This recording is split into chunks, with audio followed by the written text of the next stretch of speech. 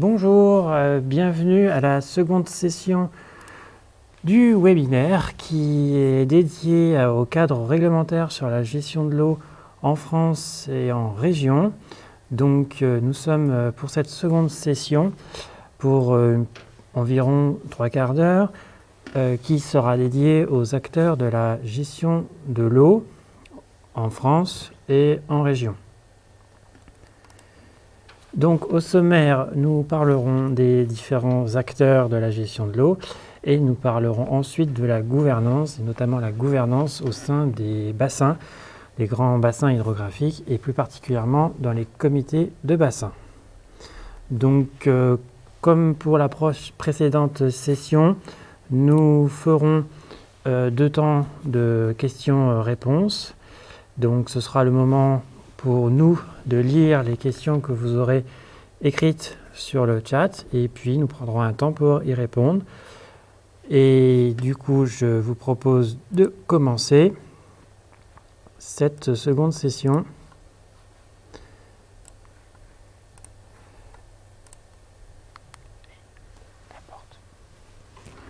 Donc, dans un premier temps, les acteurs de la gestion de l'eau. Il faut savoir, en tout cas ça peut paraître assez connu, que l'eau en soi utilise comme échelle ce qu'on appelle le grand bassin hydrographique. Donc une échelle plutôt naturelle qui épouse les reliefs en question. Et notre cadre institutionnel, pour le coup, utilise principalement l'échelle administrative qui forcément ne coïncide pas nécessairement avec le bassin hydrographique, ce qui ajoute une complexité dans la gestion de l'eau, complexité aussi qu'on a vue lors de la précédente session. Donc il y a différentes échelles d'intervention et en soi différents domaines d'intervention, différentes compétences liées à ces échelles.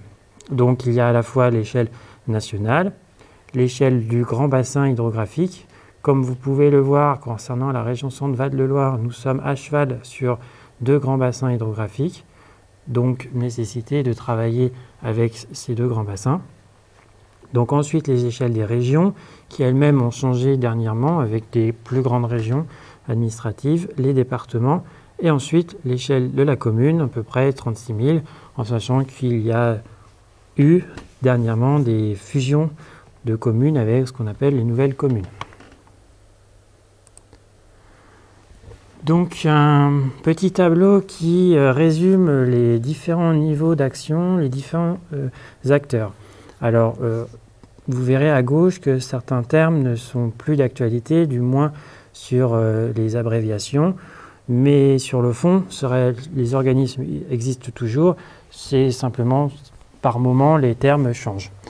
Donc nous avons à l'échelle départementale différentes structures que nous détaillerons un peu plus tard. Nous avons par exemple les DDT, Direction départementale des territoires, les conseils départementaux, anciennement conseils généraux, et les préfectures de département. À une échelle régionale, nous avons le conseil régional, l'ADREAL, donc Direction régionale de l'environnement, de l'aménagement et du logement, ou encore les agences régionales de santé, ARS. À une échelle du grand bassin, ce sont les agences de l'eau qui interviennent. Et à une échelle nationale, différents ministères interviennent. Globalement 3, et pour simplifier, il y aurait le ministère de l'Environnement, le ministère de l'Agriculture, celui de la Santé, avec une mission également interministérielle de l'eau et des directions générales, donc notamment celle qui est liée à l'eau, qui est rattachée à la Direction générale de l'aménagement, du logement et de la nature, avec la Direction de l'eau et de la biodiversité qui s'appelle l'ADEB. Alors à l'échelon régional, nous avons les préfectures de région. Donc c'est une autorité administrative au sens de la DCE, dans le sens où pour notre préfet de région, donc le préfet de la région Centre, c'est également le préfet du Loiret et c'est donc le préfet coordinateur du bassin Loire-Bretagne. C'est lui qui pilote la politique de l'eau de l'État au sein du bassin et donc il approuve le stage et son programme de mesure. Son service instructeur, c'est la DREAL de bassin. Donc la DREAL, donc il y a une DREAL de bassin et une DREAL, on va dire, régionale. Direction régionale de l'environnement, de l'aménagement et du logement a différentes missions. Donc c'est une mission de coordination et d'animation, la gestion et planification de la ressource en eau, gestion des risques d'inondation, connaissance et suivi. Globalement, les DREAL, au sein des DREAL, nous pourrons avoir un certain nombre de renseignements et suivis, notamment par rapport aux risques d'inondation liés à la Loire, par exemple, ou encore le suivi des niveaux piézométriques pour les ressources donc souterraines, ou le débit des cours d'eau, ce qui permet, notamment via un bulletin hydrologique, eh bien, d'avoir un suivi mensuel des niveaux d'eau ou des débits d'eau, et donc savoir l'état de la ressource en eau quasiment en temps réel.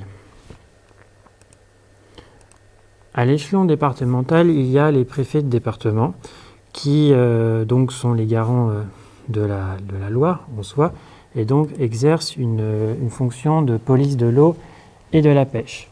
Ce sont notamment eux qui instaurent les arrêtés de restriction des usages de l'eau qui ont été assez nombreux cette année du fait d'une sécheresse assez prononcée.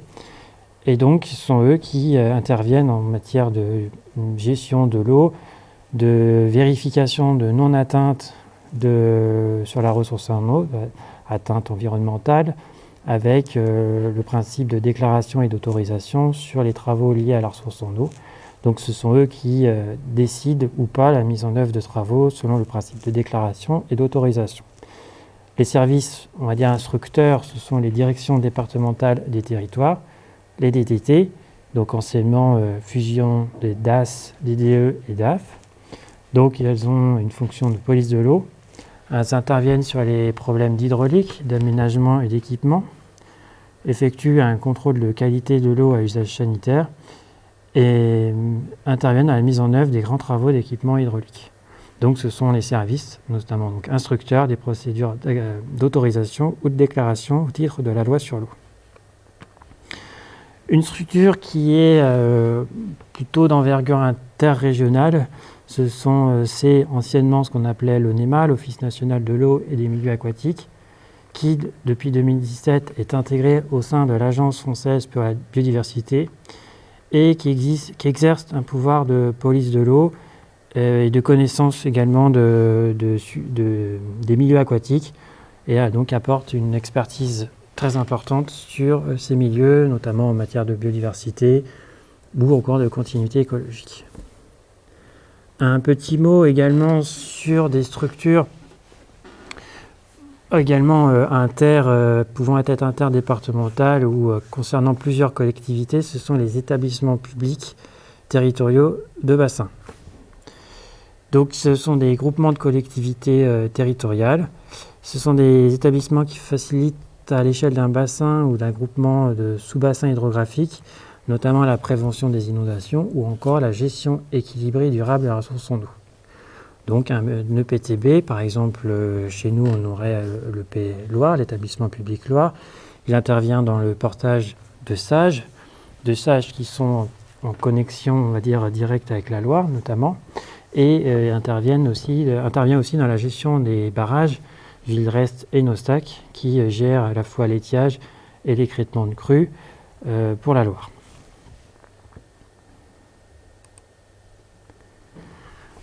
Dans cette organisation pyramidale, l'État est à différents échelons, donc l'échelle nationale, comme je l'ai dit, avec différents ministères, et notamment celui chargé du développement durable, qui est le plus important en matière de gestion de l'eau, même si les autres ministères peuvent avoir un lien plus ou moins direct avec la ressource en eau, notamment en matière de qualité, notamment lié par exemple aux nitrates ou encore aux pesticides. Là, nous sommes directement dans une action, dans un domaine lié à la préservation des milieux aquatiques.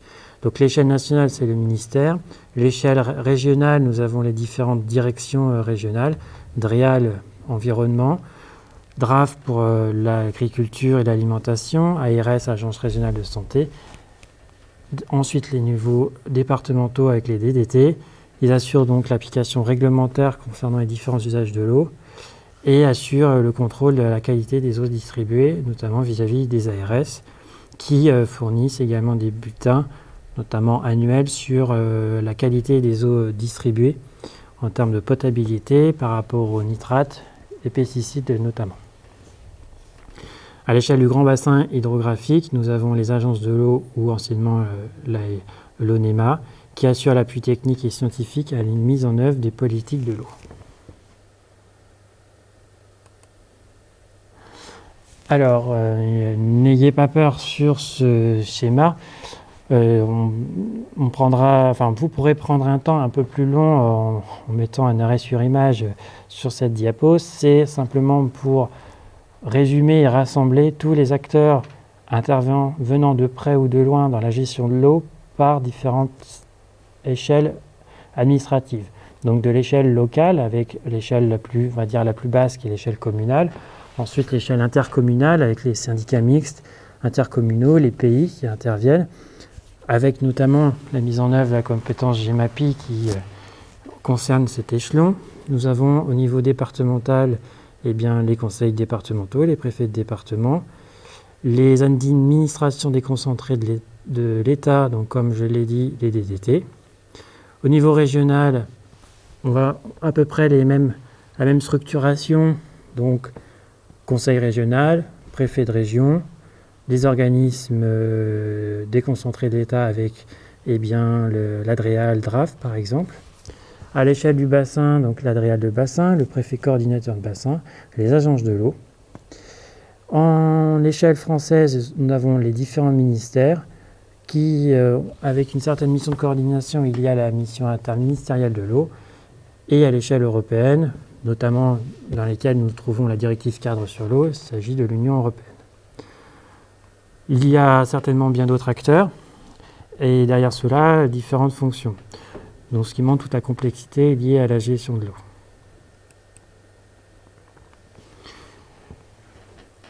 Donc, nous allons attaquer la partie gouvernance et la présentation un peu plus complète de la fonction des agences de l'eau. Donc, les agences de l'eau sont des établissements publics de l'État sous tutelle du ministère de l'Environnement qui assurent plusieurs grandes actions. Déjà, une fonction d'un point de vue financier et d'expertise. Ce sont les établissements, comme on l'avait dit à la première session, qui interviennent dans le principe pollueur-utilisateur-payeur, puisqu'ils perçoivent les redevances sur les prélèvements et sur les pollutions générées, et redistribuent ces aides pour des investissements réalisés par les acteurs locaux, collectivités, agriculteurs, industries, voire la mise en place d'actions diverses comme les animations liées, par exemple, mises en place par les associations. Puis, elles assurent également un domaine d'intervention large par rapport à ces différents financements de redistribution des aides, donc assainissement des collectivités, alimentation en eau potable, alimentation, protection de la ressource, amélioration des pratiques agricoles. Donc, le fonctionnement de ces agences de bassin repose sur le principe pollueur-utilisateur-payeur, où un usage de l'eau, qu'il soit sur le plan quantitatif ou en lien plus ou moins directement lié à une pollution générée, a donc un impact. Et cet impact généré fait l'objet d'une redevance qui est payée par ses usagers, collectivités, en sachant que dans les collectivités, ce sont nous tous, finalement, via l'utilisation de l'eau qu'on en fait pour nos usages domestiques, les industries, les agriculteurs. Ils perçoivent une redevance sur le plan soit lié à la pollution générée, soit sur la quantité d'eau prélevée. Les agences de l'eau perçoivent cette redevance et redistribuent ces aides à la fois pour lutter contre la pollution des milieux et maîtriser la ressource.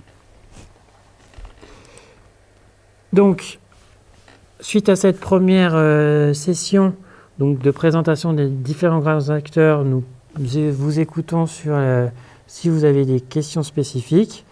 Et ensuite, nous attaquerons la partie liée à la gouvernance de l'eau, avec le fonctionnement des comités de bassin, conseil d'administration de l'agence de l'eau.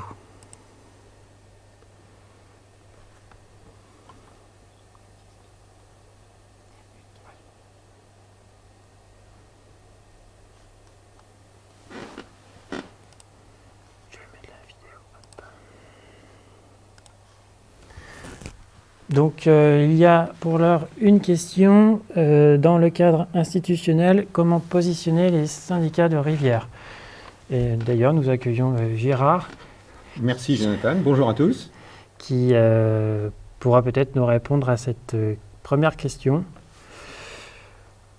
En sachant que je présentais les différents échelons intervenants, donc de l'échelle locale avec les communes jusqu'à une échelle plus haute, jusqu'aux échelles de bassin, aux agences de bassin, et donc les syndicats de rivière, où se placent-ils? Alors, ils se placent, donc ce sont des associations de collectivités locales qui se fédèrent au sein d'un syndicat pour gérer une masse d'eau. Donc sur la base du volontariat, hein, ils s'entendent et ils mettent en œuvre des actions ensemble à travers cette structure juridique. Ça permet bien sûr d'éviter le morcellement des actions, puisque vous imaginez bien que sur une rivière ou une masse d'eau, il peut y avoir plusieurs collectivités concernées, hein, en particulier le niveau communal qui est tout petit. Et donc ça permet d'associer les différents acteurs qui veulent intervenir sur une masse d'eau. Donc une rivière. Je dis masse d'eau, hein, excusez-moi. Voilà. Pas d'autres questions apparemment.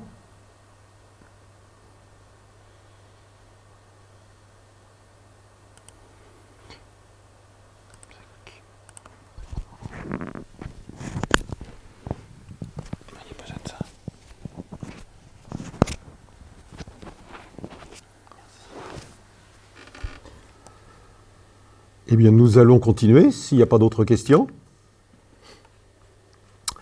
Alors, en ce qui concerne donc les redevances et les contributions financières que chaque groupe de contributeurs apporte en moyenne, hein, sur toute la France, hein, donc sur les 6 agences de l'eau. Les particuliers, donc, c'est 80% de la redevance totale, hein, c'est la partie la plus importante, hein, bien évidemment, puisque nous sommes évidemment beaucoup plus nombreux, nous les particuliers, que les industriels ou les agriculteurs. Et donc, à chaque fois que nous consommons un mètre cube, eh bien, nous reversons une redevance à l'agence de l'eau. C'est transparent pour beaucoup d'entre nous, hein, mais si vous regardez votre facture d'eau chez vous, vous verrez que vous avez 2 lignes qui comportent une redevance basée sur le nombre de mètres cubes consommés, qui est reversée donc par votre commune, votre intercommunalité, gérante de votre service d'eau à l'agence de l'eau. Ensuite, les redevances versées par les industriels, ça représente 13% du total des redevances. Et enfin, celles que versent les agriculteurs, qui représentent 7%.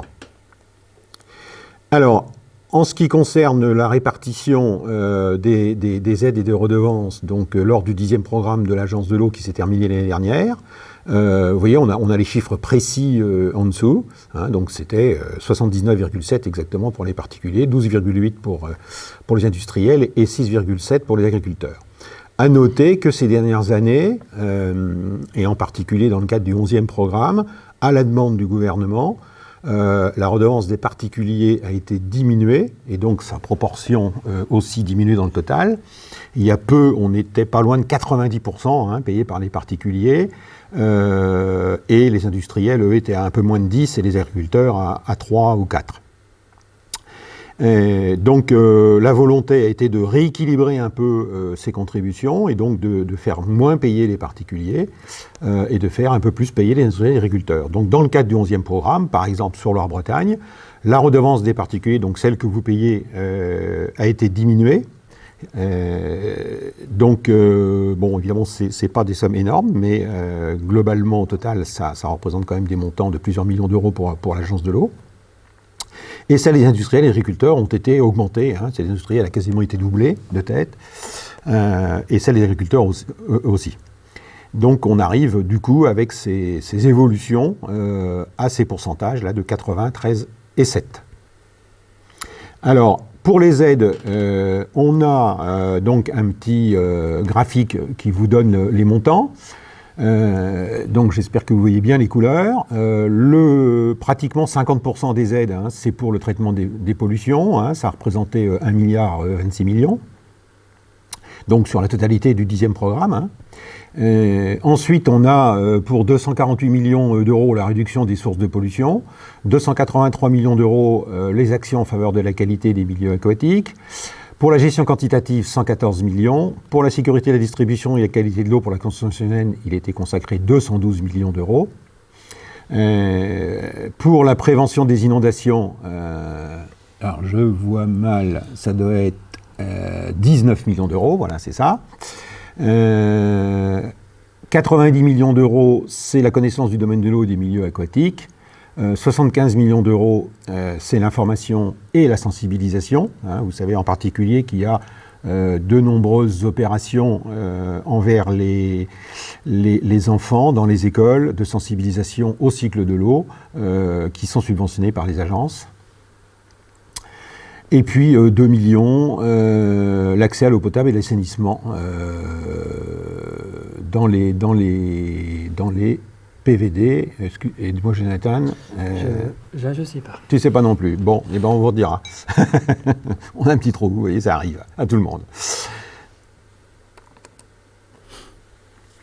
Alors, en ce qui concerne donc les outils d'intervention en faveur du rétablissement du bon état des eaux, comme la DCE nous l'impose, donc vous vous souvenez qu'on vous a dit qu'il y avait d'une part les SDAGE et d'autre part le programme d'intervention.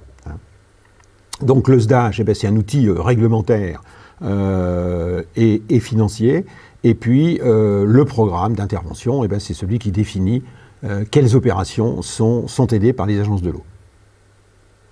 Voilà, donc on vous a relisté un peu tout ce qui se fait. Hein.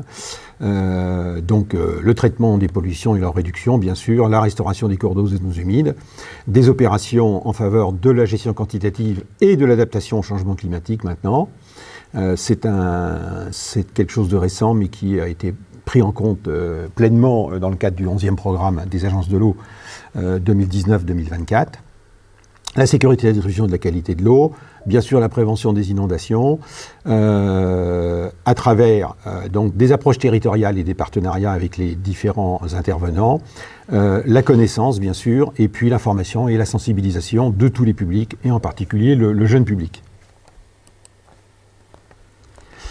Alors le comité de bassin, donc c'est une instance délibérative qui rassemble toutes les parties prenantes de la gestion des ressources en eau. Donc il y a des représentants de chacune de ces parties prenantes, que ce soit les collectivités locales, il y a donc des représentants des communes, des départements, des régions et des intercommunalités. Il y a aussi des représentants des industriels, des représentants des agriculteurs, des représentants de l'État, des représentants des consommateurs, des représentants des associations de défense de l'environnement, etc. Le comité de bassin, donc, c'est une assemblée assez importante, puisque, par exemple, pour celui de Loire-Bretagne, comme c'est la plus grande, c'est le plus grand bassin géré par une agence de l'eau au niveau territorial, donc évidemment plus de départements représentés, plus de régions, etc., eh bien, ce sont 192 membres hein, à Loire-Bretagne. Voilà. Donc, vous voyez, c'est une assemblée en nombre importante, et qui représente vraiment bien toutes les sensibilités, et tous les usagers de l'eau, hein, même les kayakistes, les pêcheurs amateurs, les pêcheurs professionnels, etc. Ensuite, il y a donc le conseil d'administration, hein, comme dans tous les établissements publics. Hein, je vous rappelle que l'agence de l'eau est un établissement public administratif, hein, un EPA, hein, comme on dit de façon condensée, et donc par différence avec les EPIC, hein, il y a beaucoup d'EPIC maintenant, établissements publics industriels et commerciaux. Et donc tous les établissements publics, d'ailleurs, qu'ils soient EPA ou EPIC, sont gérés par un conseil d'administration, hein, comme dans une société. Et donc ce conseil d'administration est évidemment un organe délibérant. C'est une émanation directe du comité de bassin, puisque ce sont les représentants au comité de bassin qui élisent leurs propres représentants au conseil d'administration. Le conseil d'administration d'une agence de l'eau, c'est 34 personnes, hein, 33 membres, plus le président qui est nommé par décret du président de la République. Le ou la présidente. Alors en Bretagne, actuellement, c'est une dame, c'est une présidente. Et donc, tous les représentants des usagers, des industriels et des agriculteurs du conseil d'administration sont élus par leurs représentants du comité de bassin. Comme il y a 3 catégories de représentants, eh bien on retrouve 11 représentants de l'État, 11 représentants des industriels et 11 représentants pour toutes les autres catégories. Alors cette instance délibère et donc prend les décisions, c'est elle qui décide des aides qui sont versées, de leur montant, c'est elle qui définit le programme d'intervention, c'est elle qui vote le programme aussi, qui vote le budget, qui décide du montant des redevances et qui décide surtout des modes d'attribution des aides. Donc le conseil d'administration, c'est vraiment l'instance décisionnelle d'une agence de bassin, d'une agence de l'eau, pardon. C'est encore plus simple de dire une agence de bassin. Mais maintenant, ça s'appelle agence de l'eau depuis 1992. Et il faut savoir que ces décisions sont prises dans le cadre des grandes orientations qui, elles, sont votées donc, par le comité de bassin. Il y a 2 exceptions où le conseil d'administration ne peut pas décider seul, il ne décide pas uniquement dans le cadre de grandes orientations. C'est le vote du programme et le vote du budget annuel pour lequel le comité de bassin doit prendre une délibération conforme. C'est-à-dire qu'ils doivent être d'accord et voter le même budget, le même programme. Tant qu'ils ne sont pas d'accord, le conseil d'administration ne peut pas adopter et appliquer le budget ou le programme tant qu'il n'a pas l'accord du comité de bassin. Voilà, donc en dessous, on vous a fait un petit schéma. Donc le comité de bassin, vous le voyez, qui vote les orientations, c'est comme je viens de vous le dire. Le conseil d'administration qui décide, donc avec les 2 exceptions que je viens de vous citer. Et l'agence de l'eau, donc les services, à travers son directeur général et ses services, met en œuvre les décisions votées par le conseil d'administration. Et puis, à côté, nous avons la commission locale de l'eau, dont la mission est l'élaboration, la révision et le suivi de l'application du SAGE. Une commission locale de l'eau, donc c'est composé de 50% d'élus et de 25% de représentants de l'État et de 25% de représentants des usagers. Pour le comité de bassin, j'ai oublié de vous préciser, donc c'est 40% d'élus, 40% d'usagers, 20% l'État.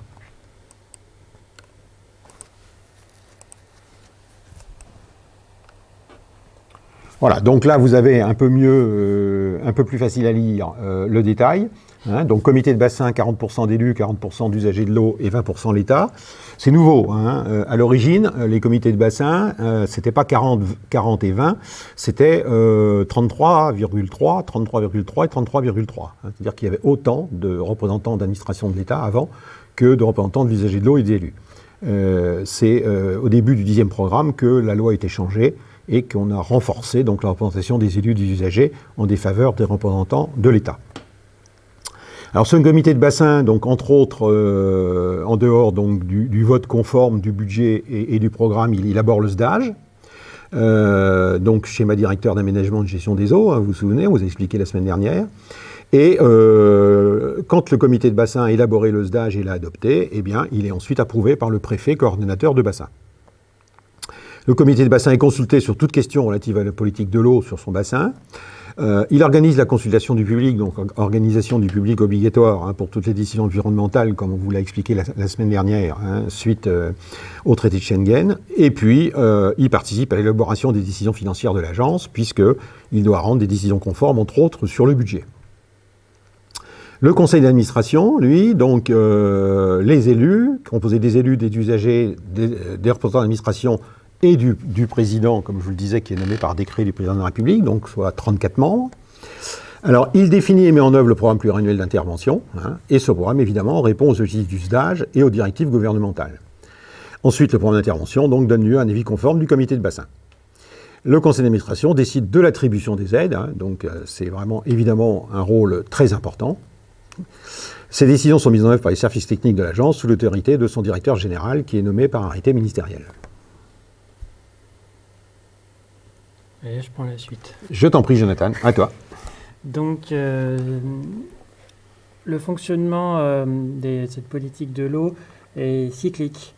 Donc, il fonctionne sur un cycle, on va dire, perpétuel, quasi perpétuel. En tout cas, pour de 2015 à 2027, ça va être le cas. C'est une action sur 6 ans et avec différentes phases où eh bien, le public est aussi consulté. Donc, dans la phase de création d'un SDAGE, n'importe quel SDAGE finalement, On a une première phase qui, à partir d'un état des lieux, c'est d'identifier les grands enjeux qui sont vus pour ce territoire hydrographique et sur lesquels le SDAGE devra porter une attention particulière. À partir de ces enjeux qui ont été vus, il y a une première consultation qui permet de savoir si le public et tous les organismes consultés partagent les grands enjeux qui auront été identifiés. Ensuite, cela permet donc de préparer le SDAGE qui arrive. Donc, par rapport à son contenu, c'est fixer des objectifs et un contenu. Et quand ce projet de SDAGE arrive à sa finalité, il y a une seconde consultation qui a lieu, qui a pour but de savoir si on approuve ou pas. Bon, généralement, on approuve son contenu et les orientations proposées. Et pour justement savoir si, d'une part, on rentre dans le cas des objectifs fixés par la DCE, donc poursuite et amélioration du bon état, et surtout le principe de non-dégradation, c'est-à-dire qu'on doit toujours être dans une démarche vertueuse, donc amélioration constante des milieux. Donc pour le SDAGE qui va arriver en 2022-2027, il y a déjà eu une première phase de consultation en début d'année 2019 sur les grands enjeux, et la prochaine qui aura lieu en fin d'année 2020 portera sur le projet de SDAGE. Ce qui veut dire qu'un SDAGE qui est mis en œuvre voit son prochain en cours de réalisation quasiment à mi-étape, presque au début. Enfin, tout ceci se fait en parallèle et donc selon un cycle de 6 ans jusqu'au prochain SDAGE 2022 à 2027 qui devrait répondre aux objectifs finaux, donc d'atteindre le bon état des eaux. Une subtilité, c'est vrai qu'on ne l'a pas détaillé, il y a un décalage entre les programmes de financement et les mises en œuvre des SDAGE. Les deux sont sur une période de 6 ans, mais qui est décalée de 3 ans. Tout à fait. Donc, on en a fini de vous présenter on va dire la gouvernance de l'eau à l'échelle d'un bassin hydrographique et puis les différents acteurs qui interviennent. Il y a beaucoup de documents qui existent pour préciser toutes ces notions. Donc un document qui avait été effectué par l'ONEMA sur la politique de l'eau qui est très intéressant, qui détaille ou qui résume finalement le webinaire. Nous avions effectué à Effet Centre Val-de-Loire une vidéo courte de présentation de la politique de l'eau à l'échelle du bassin. Donc on vous invite à revoir sur notre chaîne YouTube. Et différents autres documents, notamment celui de l'Office de l'eau, Office international de l'eau, qui résume qui précise tous les acteurs de la gestion de l'eau et son organisation dans ce document. Donc nous en avons terminé avec cette seconde session et comme promis, il y a une deuxième session de questions-réponses si vous en avez. Et en tout cas, on vous écoute.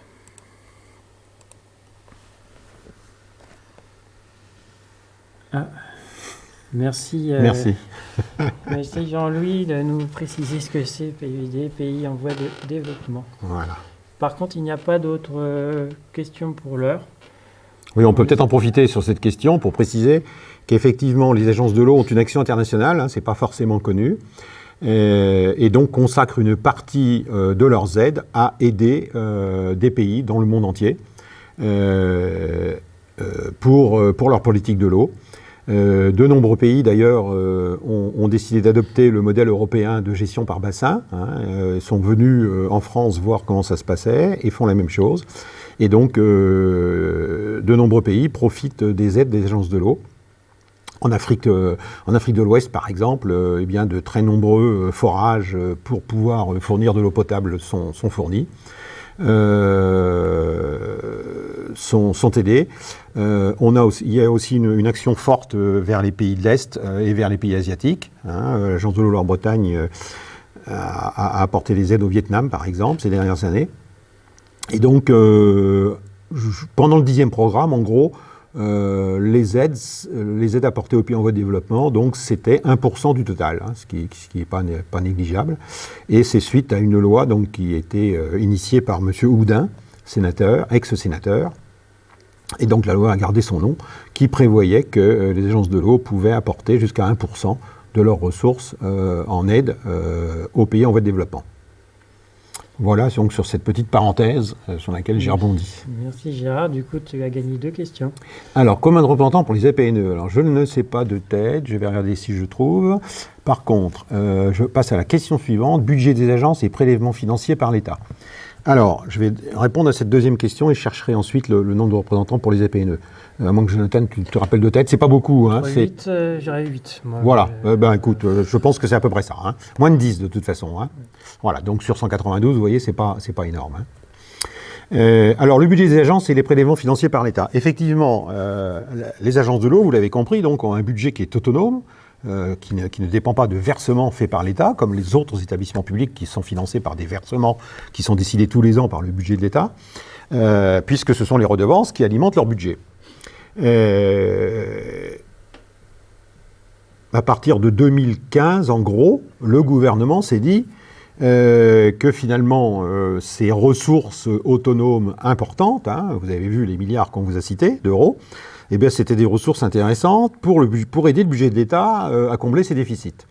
Donc, il a été décidé et voté par la représentation nationale, hein, par les députés et les sénateurs, un prélèvement sur les ressources des agences de l'eau. Donc, une partie du budget des agences de l'eau n'est plus consacrée aux aides et à la gestion de l'eau, mais reversée au budget de l'État